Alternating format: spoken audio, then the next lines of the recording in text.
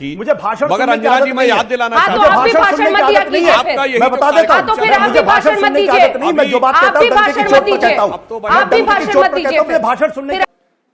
दोस्तों सबसे पहले मैं आपको यहाँ पर 3 अलग अलग डिबेट्स के छोटे छोटे क्लिप दिखा रहा हूँ। उसके बाद में फिर हम इस मुद्दे पर बात करेंगे कि इन दोनों के बीच किस तरीके की भाषा का प्रयोग होता है जब भी आशुतोष यहाँ पर आज तक पर आते हैं और अंजना ओम कश्यप डिबेट यहाँ पर करवाती है।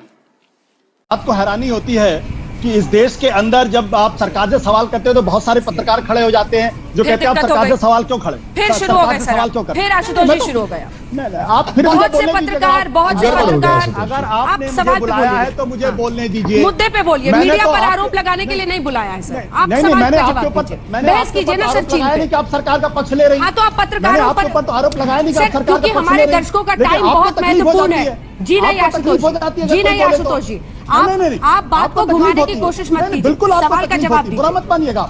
अगर बुरा मानने के लिए मैं यहाँ नहीं बैठी हूँ, ना आपको बुरा मानने के लिए बैठी हूँ, लेकिन सवाल का बात और ना ही सवाल पूछ रही हूँ, सवाल का जवाब बात तो सुन लीजिए आप।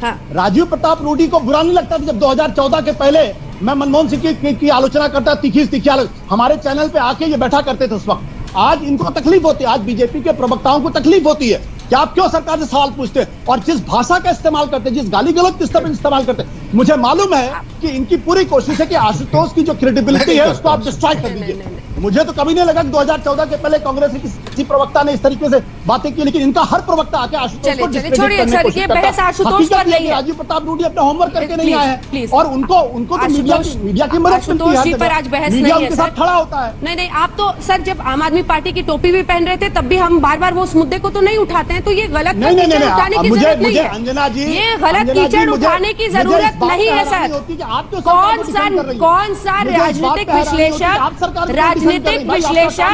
कहाँ पर क्या कह रहा है, मैं सवाल उनसे पूछ रही हूँ, आप थोड़ी मुझे बताइए। लेकिन आप इतने अपने आप से ग्रस्त रहते हैं। में भी हालत खराब थे, लेकिन जवाब सुनिए आशुतोष जी, कहीं ऐसा ना हो कि मोदी विरोध में आप भी प्रोपेगेंडा का हिस्सा बन के रह जाएं।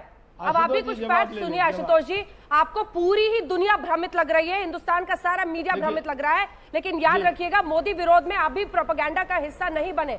इससे बचने की आपको भी जरूरत है। अगर फैक्ट्स के साथ हम सारी मीडिया रिपोर्टिंग कर रही है, जानकारी दे रही है, हमारे रिपोर्टर्स लगातार लाल चौक से कल रिपोर्ट भेजी है, हमारे रिपोर्टर ने कौन सा खौफ और डर फैलाया है? मैं जवाब दे दूं आप ही को, मैं जवाब दे रही हूँ। अब आप लगातार मेरी और आपकी डायलॉग नहीं चलती रहेगी ना सर, अन्य लोग भी इस बहस में। आशुतोष जी आप भी ध्यान से सुनिए। लगातार हमारे रिपोर्टर्स वहां से कल लाल चौक से रिपोर्टिंग कर रहे थे। आशुतोष मिश्रा आप भी डर प्रोपेगेंडा फैला रहे हैं। मुझे नसीहत की जरूरत नहीं है, माफ करिएगा, आपकी इंडिपेंडेंट राय होनी चाहिए। आप भी तो सबको नसीहत दे रहे हैं, आप भी तो बैठकर सबको टिप्पणी कर रहे हैं। पूरे मीडिया को कटघरे में खड़ा कर रहे हैं। 100% सच बात है। हिंदुस्तान को मीडिया को समझने की जरूरत है, हिंदुस्तान को मीडिया को समझने की जरूरत है कि वो सरकार की। मैं जवाब दे दूंगा। आशुतोष जी आपका जो पर्सनल वेंडेटा है ना कुछ टीवी एंकर्स के साथ, उसको आप दूसरी जगह अच्छा, मैं जवाब देता हूं। यहाँ पर ढोकर मत लाइए इन्होंने क्योंकि फिर आप बड़ा ही एकतरफा दिखाई देते हैं। आरोप लगाया विचारधारा का पक्ष का। मैं पर्सनल वेंडेटा की बात नहीं कर रहा हूं।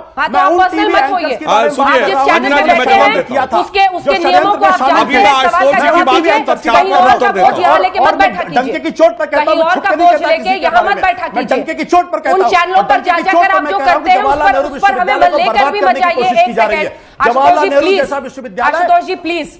आज तक और उसके नियम कुछ और है और ये आप भी अच्छी तरह से जानते हैं, इसलिए उन दूसरे चैनलों पर जो बैठकर आप बोलते हैं उसका बोझ लेकर यहां मत आया कीजिए प्लीज सर। तो दोस्तों देखा आपने किस तरीके से जब भी आशुतोष डिबेट के लिए आते हैं तो अंजना और आशुतोष आपस में पर्सनल चीज़ों को लेकर लड़ने लगते हैं, क्योंकि आशुतोष मीडिया को कटघरे में खड़ा करते हैं, कहीं ना कहीं उनसे कहते हैं कि मीडिया बिकाऊ है, दलाल है, या फिर कुछ चीज़ों को जो सरकार से सवाल पूछने चाहिए वो मीडिया नहीं पूछती है। इसी बात को लेकर अंजना हमेशा भड़क जाती है। वो कहते हैं कि आप हमेशा बस यही चीज़ लेकर आते हो जिसकी वजह से हम डिबेट नहीं कर पाते हैं। आपके जो पर्सनल चीज़ें होती है वो जो दूसरे चैनल्स पे जो आप चीज़ें करके आते हो या देखते हो वो यहाँ पर आके गाते हो, जिसकी वजह से डिबेट के अंदर जिस चीज़ के लिए जिस वजह से आपको यहाँ पर बुलाया जाता है वो चीज़ हो नहीं पाती है, डिबेट हो नहीं पाती है। इससे दर्शकों का समय ज़बरदस्ती खराब होता है। तो कहीं ना कहीं दोनों की ही इसमें गलती होती है कि वो